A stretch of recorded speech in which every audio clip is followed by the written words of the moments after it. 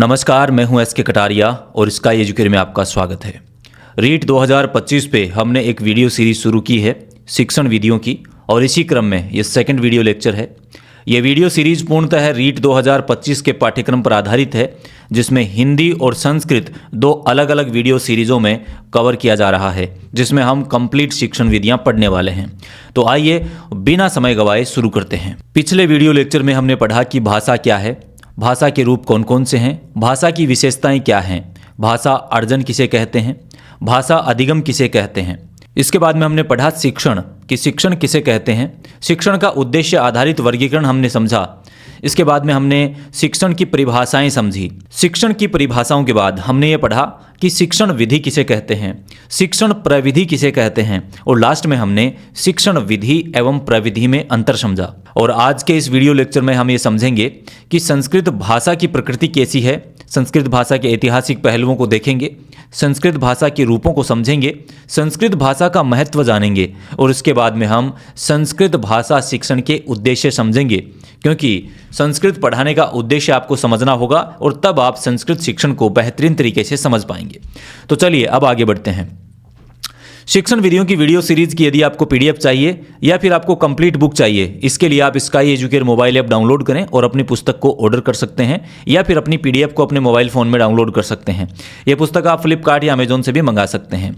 इसके अलावा रीट 2025 के बहुत सारे courses sky educator mobile app पर अवेलेबल हैं, ये भी आप ज्वाइन कर सकते हैं, जिसमें रेट लेवल 1 और रीट लेवल 2 के सभी कोर्सेज उपलब्ध हैं। यदि आप आरपीएससी फर्स्ट ग्रेड या सेकंड ग्रेड शिक्षक भर्ती परीक्षा की तैयारी कर रहे हैं तो ये सारे courses sky educator mobile app से आप ज्वाइन कर सकते हैं। और अब हम बात करेंगे संस्कृत भाषा की। तो जैसा कि आप जानते हैं कि भाषा का परिचय हम पढ़ चुके हैं, और संस्कृत भी एक भाषा है। संस्कृत शब्द का अर्थ हम सबसे पहले समझेंगे। सम, उपसर्ग और क्रि धातु के योग से यह शब्द बना है, तो इसका विश्लेषण थोड़ा सा हम कर लेते हैं। देखिएगा, यहाँ पर लिखा है सम, उपसर्ग व क्रि धातु के योग से बने संस्कृत शब्द का मूल अर्थ है संस्कारित, अर्थात संस्कार की हुई भाषा। संस्कृत शब्द का मूल अर्थ क्या है? संस्कारित, और आगे क्या लगा हुआ है? भाषा। तो संस्कार की हुई भाषा इसका मुख्य अर्थ होगा। देखिए, सम एक उपसर्ग है और इसका अर्थ होता है संपूर्णता से या साथ मिला हुआ या फिर पूरी तरह से, और जब इसका उपयोग किसी क्रिया या शब्द के साथ होता है तो वो क्रिया या शब्द और भी अधिक सकारात्मक, उत्तम और सशक्त बन जाता है। क्रि धातु का मूल अर्थ होता है यहाँ पर करना या सृजन करना। यह धातु कई संस्कृत शब्दों का आधार है जिनका संबंध क्रिया या सृजनात्मकता से होता है। तो इन दोनों शब्दों के योग से बने संस्कृत शब्द का निर्माण, जिसका मूल अर्थ संस्कारित या शुद्ध होता है, और भाषा के अर्थ में जब संस्कृत शब्द का प्रयोग होता है तो इसे इस प्रकार से समझा जा सकता है कि यह भाषा पूरी तरह से शुद्ध, व्यवस्थित और सुसंस्कृत रूप से बनाई गई है। संस्कृत को संस्कारित भाषा इसलिए कहा जाता है क्योंकि यह अत्यधिक नियमबद्ध, परिपक्व व सुसंस्कृत है। इस भाषा को एक निश्चित तरीके से व्याकरण और शुद्धता के नियमों के अनुसार विकसित किया गया है। संस्कृत भाषा का व्याकरण अत्यधिक नियमबद्ध है, जो इसे अन्य भाषाओं की तुलना में सुव्यवस्थित और वैज्ञानिक बनाता है। संस्कृत शब्द इस बात को दर्शाता है कि यह भाषा केवल एक सामान्य संवाद की भाषा नहीं है, बल्कि इसे विशेष रूप से साहित्यिक और धार्मिक कार्यों के उपयोग में भी लिया जाता है। अतः संस्कृत का अर्थ केवल एक भाषा नहीं, बल्कि ऐसी भाषा है जो पूरी तरह से शुद्ध व परिपक्व है। ठीक है, तो काफ़ी चर्चा हो गई संस्कृत शब्द पर, और होनी भी चाहिए। अब हम आगे के तथ्य देखते हैं। संस्कृत दुनिया की प्राचीनतम लिखित भाषा है। अगर लिखित भाषाओं की बात होती है तो संस्कृत दुनिया की सबसे पुरानी भाषा है, और लिखित भाषा है तो इसका संदर्भ हमें कहाँ पर मिलता है? इसके लिए मैं आपको एक संदर्भ देता हूँ, एक इंटरेस्टिंग बात बताता हूँ। यह संदर्भ वाल्मीकि रामायण के सुंदरकांड से लिया गया है, जहाँ पर हनुमान जी क्या करते हैं, ये विचार करते हैं। जब वो माता सीता से मिलने के लिए जाते हैं तो वो ये विचार करते हैं कि माता सीता से किस प्रकार से संवाद किया जाए। तो हनुमान जी ये सोचते हैं कि यदि वे संस्कृत वाणी में माता सीता से संवाद करेंगे तो माता सीता उन्हें रावण समझकर डर जाएंगी। तो इस प्रकार का उल्लेख हमें वाल्मीकि कृत रामायण से मिलता है। तो हम यहाँ पर कह सकते हैं कि भाषा के अर्थ में संस्कृत शब्द का प्रयोग पहली बार वाल्मीकि कृत रामायण के सुंदरकांड से मिलता है। सीता जी से किस भाषा में वार्तालाप किया जाए, इस प्रश्न पर विचार करते हुए हनुमान जी ने कहा, यदि मैं द्विज के समान संस्कृत वाणी बोलूंगा तो माता सीता मुझे रावण समझकर डर जाएगी। देखिए अब यहाँ पर देखिए एक और शब्द प्रयोग हुआ है द्विज। यदि मैं द्विज के समान संस्कृत वाणी बोलूँगा तो माता सीता मुझे रावण समझकर डर जाएगी। यानी कि एक फैक्ट तो हमें यहाँ पर ये मिला कि संस्कृत शब्द का प्रयोग हमें इस वाक्य में देखने को मिला संस्कृत वाणी के रूप में, और रामायण के सुंदरकांड में यह है। यहाँ पर द्विज शब्द का प्रयोग हुआ है, तो द्विज का अर्थ होता है दो बार जन्मा हुआ। द्वि यानी दो, जय यानी जन्म, दो बार जन्मा हुआ।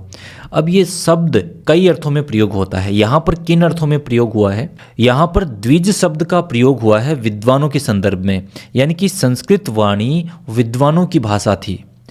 रावण भी संस्कृत का बहुत बड़ा ज्ञाता था और हनुमान जी इस बात को भलीभांति जानते थे, इसलिए वो विचार कर रहे हैं कि यदि मैं द्विज के समान यानी कि संस्कृत के विद्वान के समान संस्कृत में बात करूंगा तो माता सीता मुझे रावण समझ बैठेंगी। तो दो बातें प्रकट होती है कि लिखित हमें साक्ष्य मिलते हैं या लिखित प्रमाण मिलता है संस्कृत वाणी इस प्रकार से, और द्विज का अर्थ यह है कि विद्वान लोगों के द्वारा बोले जाने वाली भाषा थी।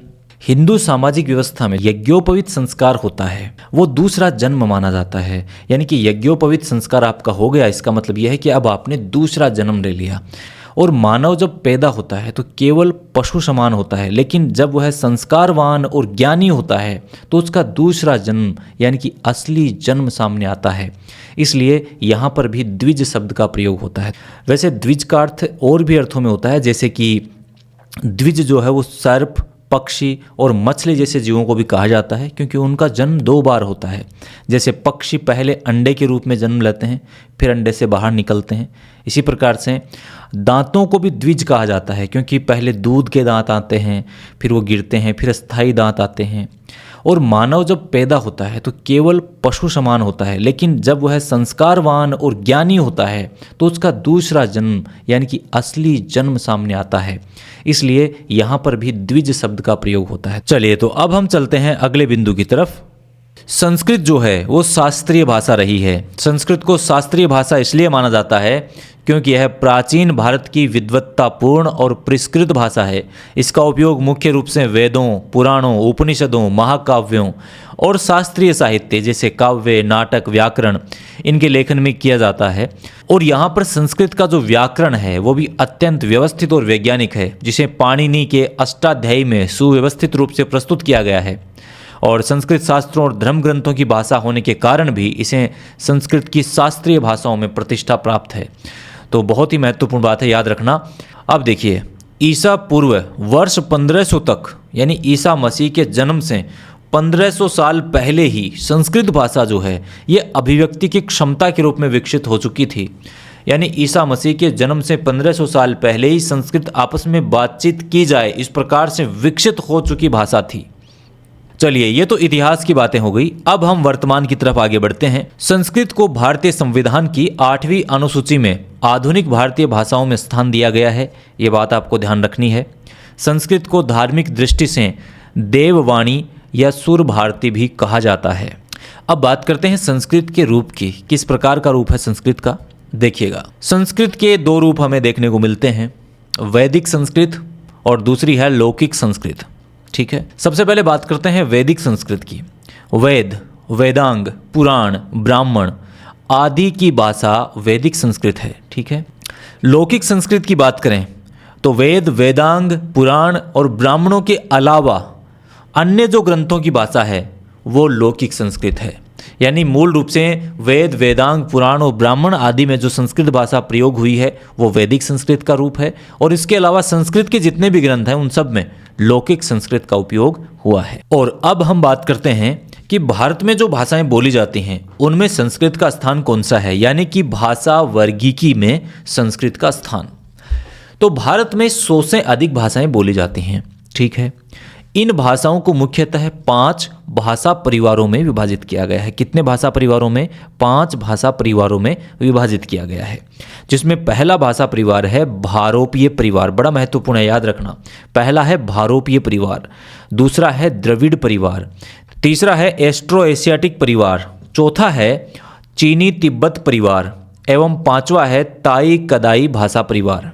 और जो हमारी संस्कृत है ये भारोपीय परिवार की भाषा है। संस्कृत कौन से भाषा परिवार की सदस्य है? भारोपीय परिवार की है। ये याद रखना, परीक्षा में पूछ सकते हैं। और अब हम संस्कृत भाषा के महत्व की बात करते हैं। संस्कृत पूर्णतया वैज्ञानिक भाषा है। ठीक है, कैसी भाषा है? वैज्ञानिक भाषा है, नियमबद्ध भाषा है। यह भाषा दुनिया के कल्याण, शांति, सहयोग और वसुधैव कुटुंबकम की भावना को दर्शाती है। संस्कृत प्राचीन भारतीय इतिहास का ज्ञान स्रोत है। संस्कृत शास्त्रों की भाषा है। संस्कृत अन्य भारतीय भाषाओं की जननी कही जाती है। बहुत सारी भारतीय भाषाएं हैं जिनका जन्म संस्कृत से हुआ है और 50 यूरोपीय भाषाएं ऐसी हैं जिनका जन्म संस्कृत से हुआ है। तो ये संस्कृत भाषा के महत्व में कुछ बातें हैं जो आपको याद रखनी है। अब हम बात करते हैं कि संस्कृत भाषा हमें क्यों पढ़ाई जाती है, हमें क्यों सीखनी है, ये इसका उद्देश्य क्या है आखिर सिखाने के पीछे का। तो संस्कृत भाषा शिक्षण के उद्देश्यों को जब हम पढ़ते हैं तो इस बात का हमें पता लगता है। तो देखिए, सबसे पहला जो उद्देश्य है वो है ज्ञानात्मक, अर्थात छात्रों को संस्कृत भाषा का सामान्य और बौद्धिक ज्ञान प्रदान करना, ये ज्ञानात्मक उद्देश्य में शामिल होता है। दूसरा उद्देश्य है अवबोधात्मक, अर्थात छात्रों में संस्कृत भाषा के प्रति समझ विकसित करना। और तीसरा उद्देश्य है प्रयोगात्मक या मनोयोगात्मक। इसका अर्थ यह है कि छात्रों में संस्कृत भाषा से संबंधित कौशल विकसित करना, जैसे बोधपूर्वक सुनना, बोधपूर्वक बोलना और बोधपूर्वक पढ़ना और लिखना। यानी कि संस्कृत भाषा को छात्र बोधपूर्वक सुन सकें, बोल सकें, पढ़ सकें एवं लिख सकें, इस प्रकार की क्षमता का विकास करना। अगला जो उद्देश्य है वो है रसात्मक एवं अभिरुच्यात्मक। इसका अर्थ यह है कि संस्कृत भाषा व साहित्य के प्रति अभिरुचि उत्पन्न करना, साहित्य का रसास्वादन करना। और एक और उद्देश्य है वो है सृजनात्मक, छात्रों को साहित्य सृजन की प्रेरणा देना और रचना में मौलिकता लाने की योग्यता का विकास करने के लिए प्रेरित करना। और एक और उद्देश्य अभिव्यक्त्यात्मक, छात्रों में संस्कृत में अभिव्यक्ति की योग्यता उत्पन्न करना। एक और उद्देश्य है वो है अभिवृत्त्यात्मक। अभिव्यक्त्यात्मक और अभिवृत्त्यात्मक में अंतर है। अभिव्यक्त्यात्मक होता है छात्रों में संस्कृत में अभिव्यक्ति की योग्यता उत्पन्न करना, और अभिवृत्त्यात्मक जो उद्देश्य है ये है छात्रों में उपयुक्त दृष्टिकोण एवं अभिवृत्तियों का विकास किया जाना। संस्कृत शिक्षण के माध्यम से सद्वृत्तियों का विकास करना, राष्ट्र एवं संस्कृति के प्रति समादर व भावात्मक एकता का विकास करना। तो मूल रूप से यहाँ पर हमने जो बेसिक उद्देश्य हैं संस्कृत शिक्षण के वो समझे हैं, जिनमें ज्ञानात्मक, अवबोधात्मक, प्रयोगात्मक एवं मनोगत्यात्मक, रसात्मक व अभिरुच्यात्मक, सृजनात्मक, अभिव्यक्त्यात्मक और अभिवृत्त्यात्मक, मूल रूप से ये उद्देश्य हैं संस्कृत भाषा शिक्षण के। अब ये जो उद्देश्य हैं ये प्रत्येक स्तर के अनुसार बदल जाते हैं, जैसे कि हम इसे एक इंडेक्स के द्वारा समझते हैं। सबसे पहले हम जब संस्कृत पढ़ना शुरू करते हैं तो उच्च प्राथमिक स्तर पर हम पढ़ना शुरू करते हैं कक्षा 6, 7 एवं 8 में। अभी वर्तमान में यही स्वरूप है। इसके अलावा हम माध्यमिक स्तर में कक्षा 9 एवं 10 में संस्कृत पढ़ते हैं। इसके बाद में हम उच्च माध्यमिक स्तर पर कक्षा 11 एवं 12 में भी संस्कृत पढ़ते हैं, जो कि ऑप्शनल है। ठीक है, तो मूल रूप से हम कक्षा 6, 7, 8, 9 और 10 तक राजस्थान में हम इस प्रकार से संस्कृत पढ़ते हैं। तो उच्च प्राथमिक स्तर पर संस्कृत शिक्षण के उद्देश्य अलग हैं, माध्यमिक स्तर पर संस्कृत शिक्षण के उद्देश्य अलग हैं और उच्च माध्यमिक स्तर पर शिक्षण के उद्देश्य अलग हैं। अलग अलग एज ग्रुप में, अलग अलग कक्षाओं में, अलग अलग छात्रों के वर्ग के अनुसार इनके शिक्षणों को हम 3 भागों में बांट सकते हैं। तो यहाँ पर लिखा है स्तरानुसार संस्कृत शिक्षण के उद्देश्य। परीक्षा में भी ठीक इसी प्रकार से पूछा जाता है कि उच्च प्राथमिक स्तर पर संस्कृत शिक्षण के उद्देश्य बताओ।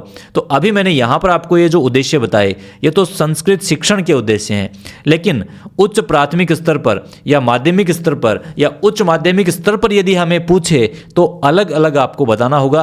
तो इस इंडेक्स के माध्यम से आप आपस में सभी शिक्षण उद्देश्यों की तुलना कर सकते हैं कि उच्च प्राथमिक स्तर पर उद्देश्य ये हैं, माध्यमिक स्तर पर ये हैं और उच्च प्राथमिक स्तर पर ये हैं, और भली भांति आप इनको याद भी कर पाओगे। सबसे पहले बात करते हैं उच्च प्राथमिक स्तर के शिक्षण उद्देश्यों की। कक्षा 6, 7 एवं 8 में जो संस्कृत पढ़ाई जाती है वो उच्च प्राथमिक स्तर में हम कवर करेंगे। देखिएगा, संस्कृत भाषा शिक्षण सामान्यतः उच्च प्राथमिक स्तर कक्षा 6 से शुरू होता है। छात्रों के लिए संस्कृत एक नवीन भाषा के रूप में यहाँ पर होती है, अतः संस्कृत भाषा शिक्षण के प्रति छात्रों में रुचि उत्पन्न करने का प्रयास यहाँ पर किया जाता है। यानी कक्षा 6 में आप आए हैं, सबसे पहले आप वहाँ पर संस्कृत पढ़ना शुरू करेंगे, तो सबसे पहले तो आपकी रुचि उत्पन्न की जाएगी संस्कृत शिक्षण में, आपका मन लग जाए ठीक है। उसके बाद में अगला जो उद्देश्य होगा वो क्या होगा, छात्रों को संस्कृत भाषा का प्राथमिक ज्ञान देना, जो बेसिक स्टार्टिंग का ज्ञान है वो देना। और इसके बाद अगला उद्देश्य क्या होगा, छात्र उचित गति से संस्कृत बोल पाएं, उचित लय के साथ बोल पाएं, शुद्ध एवं उच्चारण पूर्वक संस्कृत गद्यांशों का स्वर के साथ वाचन कर सकें। तो ये उद्देश्य यहाँ पर हमने देख लिया। अभी और भी उद्देश्य हैं वो भी देखेंगे। अगले पेज में जाने से पहले हम यहाँ पर माध्यमिक स्तर के कुछ उद्देश्य देख लेते हैं, देखिएगा, ताकि आप तुलना कर सकते हो। यहाँ पर क्या था, कक्षा 6, 7, 8 में ये था कि छात्रों में केवल रुचि उत्पन्न की जाए, पहला उद्देश्य। जबकि यहाँ पर पहला उद्देश्य क्या होगा, कक्षा 9, 10, 11 में जब आप जाते हैं तो कक्षा 9 में आते ही पहला उद्देश्य क्या होगा, संस्कृत श्लोकों को छंद के अनुसार उचित गति एवं लय में पढ़ने का अभ्यास करना। यानी कि आपको यहाँ पर थोड़ा साहित्य की तरफ ले जाया जा रहा है, ठीक है। संस्कृत के महत्वपूर्ण श्लोकों एवं सूक्तियों को कंठस्थ करने की प्रेरणा देना, जिससे कि वे उन्हें आवश्यकता के अनुसार उद्धरण के रूप में प्रयोग कर सकें। यानी धीरे धीरे आपको और साहित्य की तरफ ले जाया जा रहा है। इसके अलावा कुछ कठिन गद्य खंडों को उचित आरोह, अवरोह, विराम चिन्हों आदि का ध्यान रखते हुए उचित गति से पढ़ने की क्षमता का विकास करना। इसके साथ ही साथ उच्च प्राथमिक स्तर पर छात्रों में संस्कृत साहित्य के प्रति अभिरुचि उत्पन्न करना व उसकी विविध विधाओं से परिचित करना। यानी यहाँ पर बेसिक नॉलेज दिया जा रहा है। अब यहाँ पर विविध विधाओं जैसे कि छंदों का ज्ञान, अलंकारों का ज्ञान, ठीक है। यानी आजकल मूल रूप से कक्षा 6 से भी थोड़ा बहुत शुरू कर देते हैं, लेकिन बेसिक रूप से यदि परीक्षा में पूछा जाए तो ये जो मैं आपको पैटर्न बता रहा हूँ ये आपको कंठस्थ करना है। तो छात्रों में संस्कृत साहित्य के प्रति अभिरुचि उत्पन्न करना, यहाँ पर साहित्य के प्रति है, यहाँ पर केवल संस्कृत भाषा के प्रति अभिरुचि उत्पन्न की जा रही है। तो ये अंतर समझना है। संस्कृत भाषा के सामान्य ज्ञान को सुदृढ़ करना, उसकी प्रकृति से छात्रों को परिचित करवाना कि मूल रूप से संस्कृत की प्रकृति कैसी है। यानी कि अब यहाँ पर आपको संस्कृत का सूक्ष्म ज्ञान दिया जाना स्टार्ट हो गया है। आप गहराई से यहाँ पर संस्कृत पढ़ेंगे। भाषा की विविध शैलियों से छात्रों को अवगत कराना ताकि वे यथा अवसर उनका उपयोग कर सकें, जब भी अवसर आए वो उनका उपयोग कर पाएं। चलिए, ये उद्देश्य कंटिन्यू है अगली स्लाइड में भी। कक्षा 6, 7, 8 में जो अगले उद्देश्य हैं उनको एक बार फिर से देखते हैं। यानी जो पढ़ लिए उनके अलावा जो उद्देश्य बच गए हैं उनको यहाँ पर देख रहे हैं।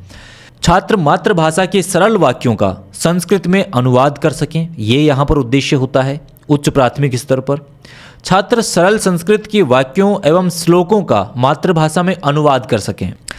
अगला उद्देश्य यहाँ पर तय किया गया है कि छात्र कंठस्थ किए गए गद्य खंडों एवं श्लोकों को बिना देखे शुद्ध लिख सकें। यानी कि उनकी स्मरण शक्ति जो है उसका विकास यहाँ पर किया जा रहा है। छात्र संस्कृत शब्दावली को कंठस्थ कर सकें, लघु नाट्यांशों एवं कथाओं को सुनकर भाव ग्रहण कर सकें। तो ये सारे उद्देश्य किसके हैं, उच्च प्राथमिक स्तर के।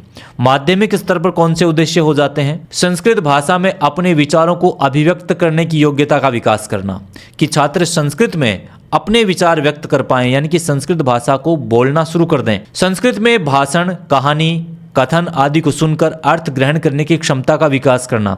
किसी के द्वारा यदि संस्कृत में बोला गया भाषण वो सुन रहे हैं या कहानी सुन रहे हैं तो उनका अर्थ वो ग्रहण कर पाएं एवं उसका आनंद ले पाएं। हिंदी भाषा के सरल खंडों को संस्कृत में अनुवाद करने का विकास करना, यानी कि हिंदी के छोटे छोटे जो वाक्य हैं उनको सरल संस्कृत के वाक्यों में अनुवाद करना छात्र सीख सकें। अब हम चलते हैं उच्च प्राथमिक स्तर पर। यहाँ पर कौन से उद्देश्य तय किए गए हैं, छात्र अपने विचारों को संस्कृत भाषा में अभिव्यक्त करने की क्षमता विकसित कर सकें।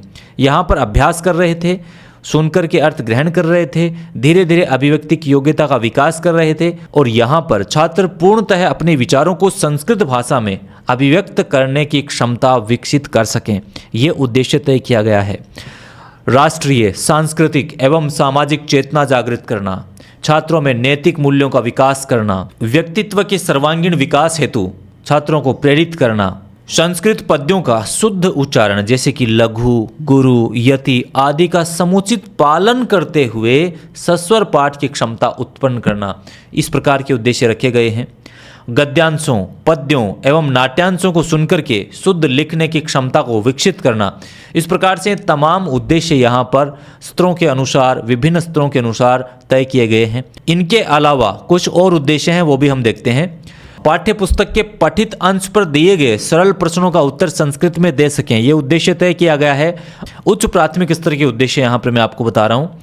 ये मैंने यहाँ पर तुलनात्मक अध्ययन के लिए एक पेज में तीनों को बराबर में रखा है ताकि आप अच्छे से समझ पाएं। नहीं तो मैं केवल उच्च प्राथमिक के एक साथ आपको बता देता, माध्यमिक स्तर के एक साथ और उच्च प्राथमिक स्तर के एक साथ, तो आप तुलना नहीं कर पाते। और एक ही पेज में सारे लिख सकूं इतनी स्लाइड में जगह नहीं है, तो मैंने यहाँ पर टोटल 3 पेज लिए हैं। अब हम तीसरे पेज में हैं, देखिएगा। अपने सहपाठियों से छोटे एवं सरल प्रश्न संस्कृत में पूछ सकें छात्र। संस्कृत की सरल लघु कथाओं का सारांश छात्र सरल संस्कृत में सुना सकें, इस प्रकार की योग्यता का विकास करना, यह हमारा उद्देश्य है। छोटे छोटे संस्कृत के संवादों का अभिनय छात्र कर सकें, यह हमारा यहाँ पर प्राथमिक स्तर पर उद्देश्य है। अब हम बात करते हैं माध्यमिक स्तर का। देखिए, छात्रों को संस्कृत साहित्य से परिचित कराना ताकि उनमें पढ़ने की रुचि विकसित हो सके। संस्कृत भाषा में छोटे छोटे लेख, पत्र, कहानियां आदि लिखने की प्रेरणा देना, यह हमारा माध्यमिक स्तर का उद्देश्य है। अब हम बात करते हैं उच्च माध्यमिक स्तर की। संकलित नाट्यांशों का अभिनय पूर्वक वाचन करना, यानी उच्च माध्यमिक स्तर पर जो छात्र हैं कक्षा 11 और 12 में, उनका शिक्षण का उद्देश्य यह है कि वो यहाँ तक आते आते जो संकलित नाट्यांश होते हैं उनका अभिनय पूर्वक वो वाचन कर पाएं, सरल संस्कृत में उनके प्रति अपने विचार लिख पाएं। ठीक है। इसके अलावा श्लोक का अन्वय एवं भावार्थ लिखने की क्षमता का विकास करना, छात्र श्लोक का अन्वय लिख पाएं, उनका भावार्थ स्वयं लिख पाएं। छात्र संस्कृत साहित्य में उपलब्ध राष्ट्रीय भावनाओं और मानवीय मूल्यों का विकास अपने आप में कर सकें। संस्कृत ग्रंथों में उपलब्ध जीवनोपयोगी विविध ज्ञान भंडार से छात्र परिचित हो पाएं, जिससे छात्रों में मौलिक चिंतन की प्रवृत्ति का विकास हो सके और प्राप्त ज्ञान को वो अपने मौलिक चिंतन द्वारा आधुनिक जीवन के संदर्भों में जोड़ सके। तो इस प्रकार आज के वीडियो लेक्चर में हमने संस्कृत भाषा का साधारण परिचय पढ़ा, संस्कृत भाषा के रूपों के बारे में हमने चर्चा की, संस्कृत भाषा का उद्देश्य और संस्कृत भाषा शिक्षण के उद्देश्यों को समझा, और साथ ही हमने प्राथमिक, माध्यमिक एवं उच्च माध्यमिक स्तर पर संस्कृत शिक्षण के कौन कौन से उद्देश्य हो सकते हैं, इन सबको समझा। उम्मीद करता हूँ आज का वीडियो आपको ज़रूर समझ आया होगा। और इस वीडियो को यदि आप YouTube पर देख रहे हैं तो इसको लाइक कर सकते हैं, चैनल को सब्सक्राइब कर सकते हैं। और यदि आप संस्कृत शिक्षण विधियों की पुस्तक मंगवाना चाहते हैं तो आप sky educare mobile app download कीजिए, या फिर फ्लिपकार्ट या अमेजोन से भी आप इसे ऑर्डर कर सकते हैं, या आपके घर पे भेज दी जाएगी। और यदि आप इसकी PDF प्राप्त करना चाहते हैं तो आपके मोबाइल फ़ोन में ये डाउनलोड हो जाएगी। स्काई एजुकेयर मोबाइल ऐप आपको डाउनलोड कर लेना है। तो इस वीडियो के लिए इतना ही, मिलते हैं अगले वीडियो में। तब तक के लिए नमस्कार, जय हिंद, जय भारत।